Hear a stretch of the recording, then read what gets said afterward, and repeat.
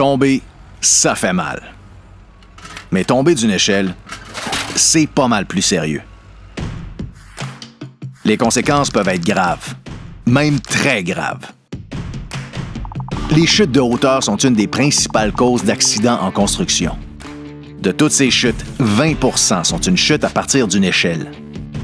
En tant que professionnel de la construction, vous devriez déjà savoir comment éliminer et contrôler les risques de chute d'une échelle.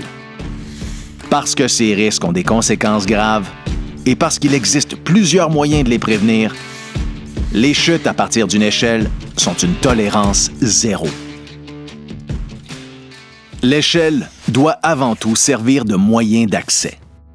Ça veut dire qu'on commence par bien planifier son chantier. Si on doit faire des travaux en hauteur, c'est toujours mieux d'utiliser un appareil de levage ou de l'échafaudage. Mais si on doit utiliser une échelle, on l'installe comme il faut. Elle doit être placée sur une base stable. Si le sol est accidenté, les patins doivent être inversés pour permettre de piquer le sol. L'inclinaison doit être conforme. Pour avoir le bon angle, on place la base de l'échelle à une distance horizontale qui se situe entre un quart et un tiers de la hauteur.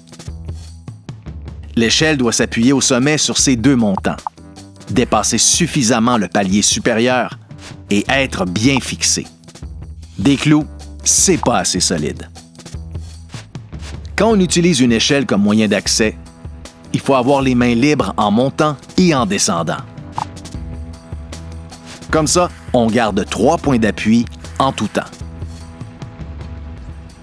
Si on doit monter des matériaux, il faut utiliser un appareil de levage approprié. On peut occasionnellement utiliser une échelle comme poste de travail pour de petits travaux de courte durée. Lorsqu'on travaille, on évite de se placer en extension ou en situation de déséquilibre. On installe l'échelle le plus près possible de l'endroit à atteindre. Comme ça, on maintient son corps entre les deux montants. Si le poste de travail est à plus de 3 mètres de hauteur, il faudrait porter un harnais. Mais ce n'est pas toujours possible de fixer un ancrage. Il faut donc se demander si l'échelle est le bon équipement pour la tâche. N'oubliez pas, il faut toujours utiliser l'échelle pour les travaux pour lesquels elle a été conçue. Être professionnel, ça part d'une bonne planification pour se rendre à la fin des travaux en toute sécurité. Et n'oubliez pas, les conseillers de la PCHQ sont là pour vous aider.